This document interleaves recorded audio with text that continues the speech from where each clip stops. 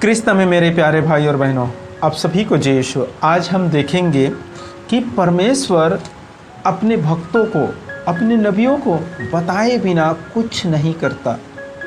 ये लोग जो वीडियो बनाए हैं कि अचानक से 24 सितंबर 2025 को रैप्चर होने वाला है, ये सरासर गलत है। ये बिल्कुल गलत है। परमेश्वर कोई चोर नहीं है कि वो अचानक या छुप कर या बगैर बताए आएगा। ऐसा नहीं होता मेरे प्रियो।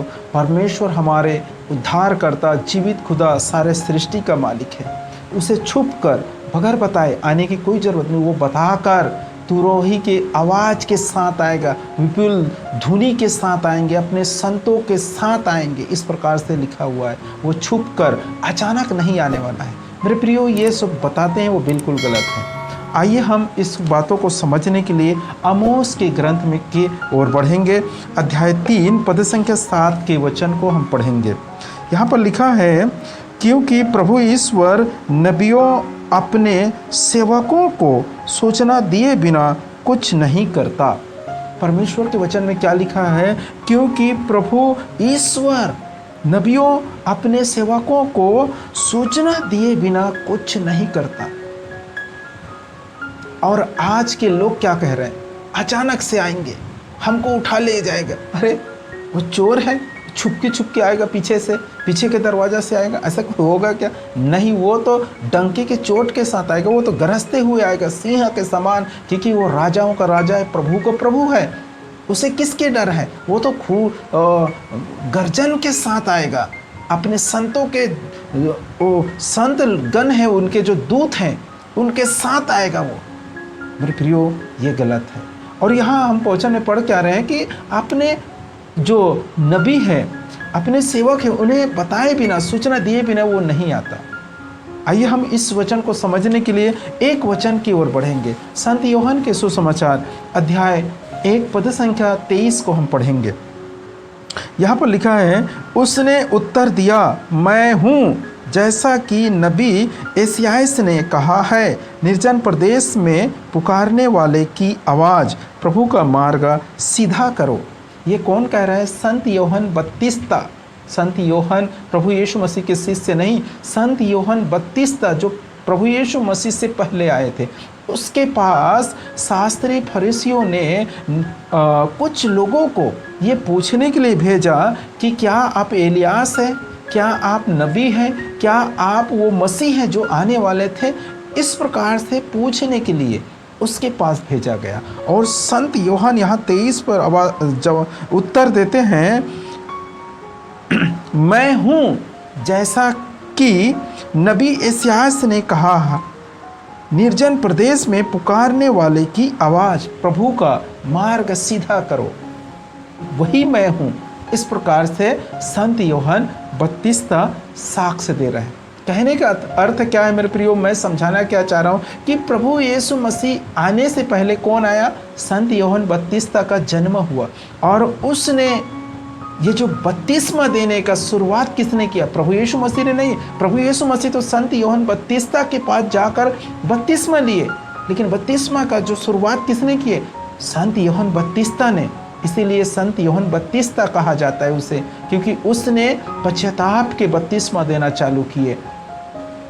क्यों? क्योंकि ये वचन पूरे करने के लिए, प्रभु के मार्ग को सीधा करने के लिए वो पहले जन्म लिए थे, और प्रभु के बारे में साक्ष्य देने के लिए, प्रभु के मार्ग को सीधा बनाने के लिए कि मुक्तिदाता का आगमन हो चुका है, मुक्तिदाता आने वाला है, जो मसीह है वो आने वाला है। इस प्रकार से उसने साक्ष्य दिया। और उसने आगे कहता है, मैं तो जल से बपतिस्मा देता हूँ, लेकिन मेरे बाद जो आने वाला है वो पवित्र आत्मा, आग और पवित्र आत्मा से बपतिस्मा देगा। इस प्रकार से प्रभु यीशु मसीह के बारे में साक्ष्य देते हैं, प्रभु यीशु मसीह के गवाही देते हैं। प्रभु यीशु मसीह के मार्ग सीधा करने वाला संत यूहन्ना बत्तीस्ता है। मेरे प्रियो, हम देखते हैं कि प्रभु यीशु मसीह के जन्म अचानक से नहीं हुआ, चोरों के समान नहीं हुआ है।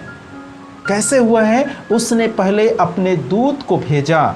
कौन है? संत यूहन्ना बत्तीस्ता। और उसने प्रभु यीशु मसीह के बारे में साक्ष्य दिए, प्रभु यीशु मसीह के मार्ग तैयार किए, सीधा किए। उसी के अनुसार मेरे प्रिय भाई और बहनों, अंत के दिनों में होगा प्रभु यीशु मसीह के दूसरे आगमन इसी के प्रकार हो, इसी के अनुसार ही होगा।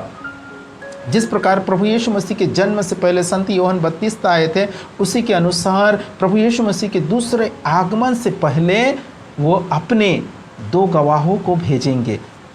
आइए हम उस 2 गवाहों के बारे में पढ़ेंगे। मेरे साथ निकालिए प्रकाशन ग्रंथ अध्याय 11 पद संख्या 3 से। मैं अपने 2 साक्षियों को आदेश दूंगा कि वे उन 1260 दिनों तक टाट ओढ़े भविष्यवाणी करते रहे। कब?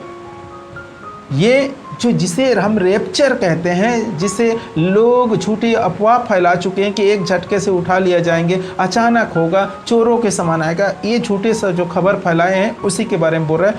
उससे पहले प्रभु यीशु मसीह के दूसरे आगमन से पहले, रैप्चर से पहले 2 साक्षियों को आना बहुत जरूरी है। क्योंकि प्रभु के वचन में हम पढ़े हैं, क्योंकि प्रभु ईश्वर नबियों अपने सेवकों को सूचना दिए बिना कुछ नहीं करता। ये आपने वचन में पढ़े और परमेश्वर सत्य है। उसी प्रकार मेरे प्रियो, प्रभु यीशु मसीह के दूसरे आगमन के समय होगा, जब प्रभु यीशु मसीह के दूसरे आगमन में, उससे पहले प्रभु यीशु मसीह के दूसरे आगमन होने से पहले 2 गवाहों का आना बहुत जरूरी है।